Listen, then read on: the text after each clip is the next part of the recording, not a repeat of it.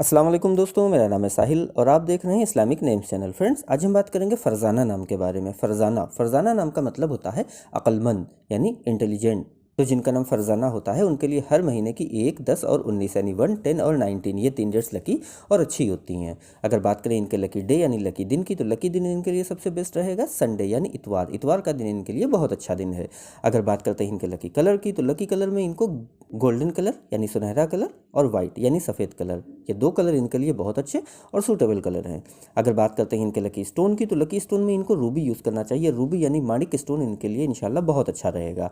अगर बात करते हैं इनके लकी नंबर की, तो लकी नंबर है इनका 1 यानी 1 नंबर इनका लकी नंबर है। तो ये थी फ़रज़ाना नाम की शॉर्ट डिटेल। अगर ये वीडियो आपको अच्छी लगी हो तो इसको लाइक करें, शेयर करें, हमारे चैनल को सब्सक्राइब करें। यहाँ पर हम आपको आपके नाम के बारे में ऐसे ही शॉर्ट में जानकारी देते हैं।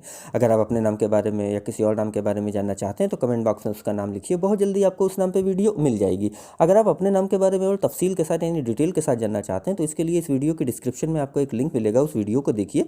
वहाँ पर आपको जानकारी मिल जाएगी कि कैसे आप अपने नाम के बारे में और डिटेल के साथ जानकारी हासिल कर सकते हैं। तो जाइए उस वीडियो को चेक करिए और आज की वीडियो में इतना ही। मिलते हैं आपसे अगली वीडियो में, जब तक के लिए अल्लाह।